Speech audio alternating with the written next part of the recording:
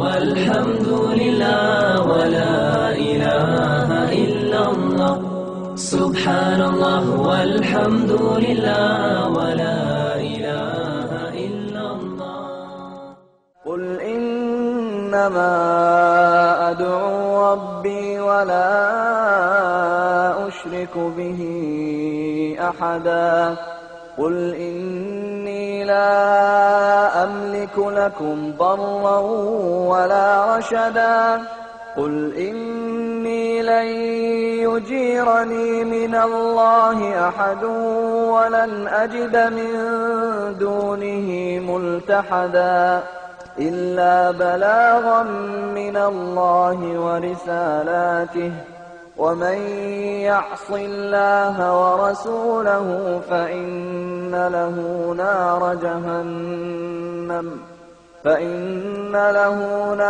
جهنم خالدين فيها أبدا.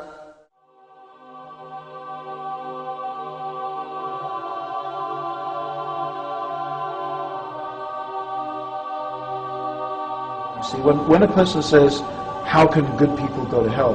My first question is, who defines what's good? Do you define what's good? Does society define what's good? From our position, we would say that the only one who has the right to define what is good is God. In fact, the very essence of what makes something good or evil is the fact that this notion of good and evil itself is anchored in a transcendental concept, something meaning it's something beyond ourselves, right? And so that is very, very important, the concept of good and evil. So the first thing I talk about is, well, who defines God, right? It can't just be, who defines good?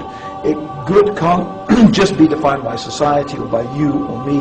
So when a person said, why do good people go to hell? I'd say, well, who said that's a good person? Who decides what's good? Who decides what makes a person good?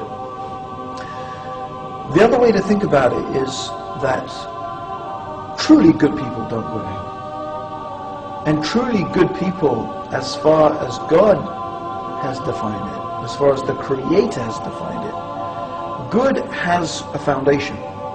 And that foundation starts with that person's relationship and recognition and obedience and submission to God. Sometimes people find this a hard concept to get their heads around. So what I try to do is explain this concept in a way that's a little bit familiar to us. And of course, in no way do I want to compare God to any created thing. I'm just trying to give the concept some framework through which we can understand it.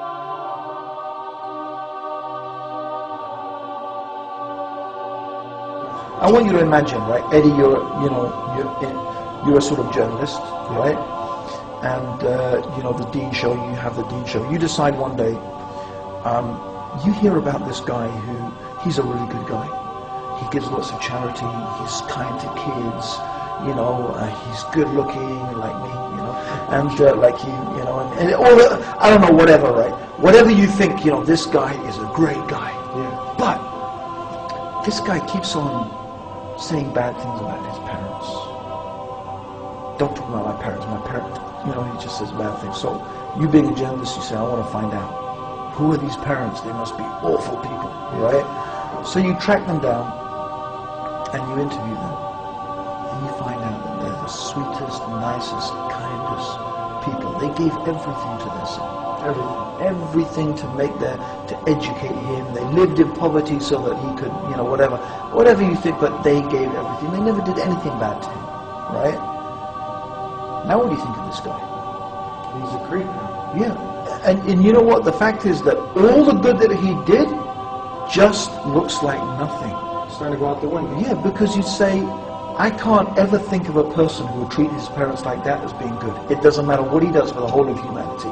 But if he can't treat his parents properly, how can we look at him as good? Because there are some things that are so bad, so good that you do.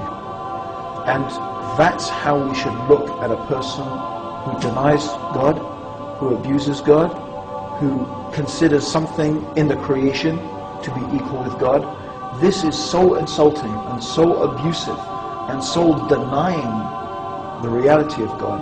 And in reality, God has more right to be loved, more right to be worshipped, more right to be respected than even your own parents.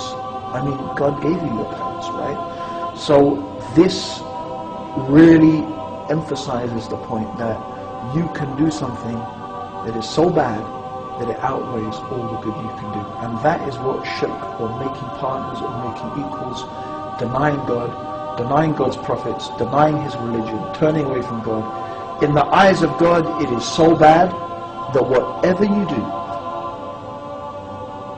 outweighs the evil of making partners with God, of denying God, outweighs whatever good you can do.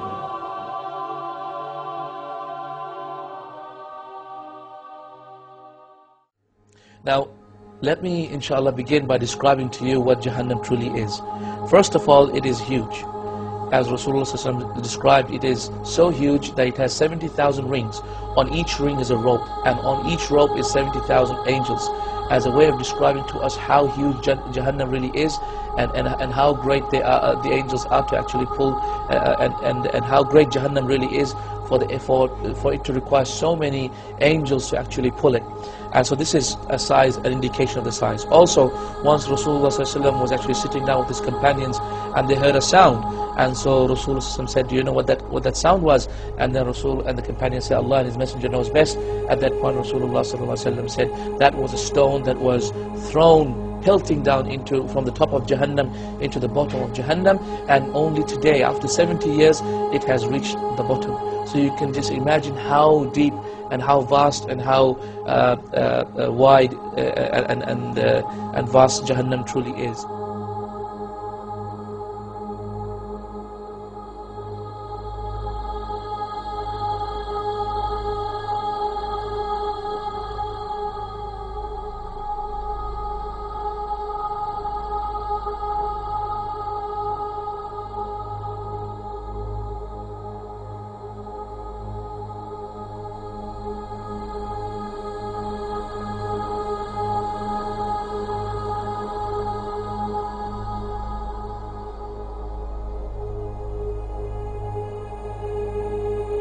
Also, we find that Rasulullah ﷺ had also described to us that the disbelievers in Jahannam will be made huge, meaning the bodies will be actually expanded.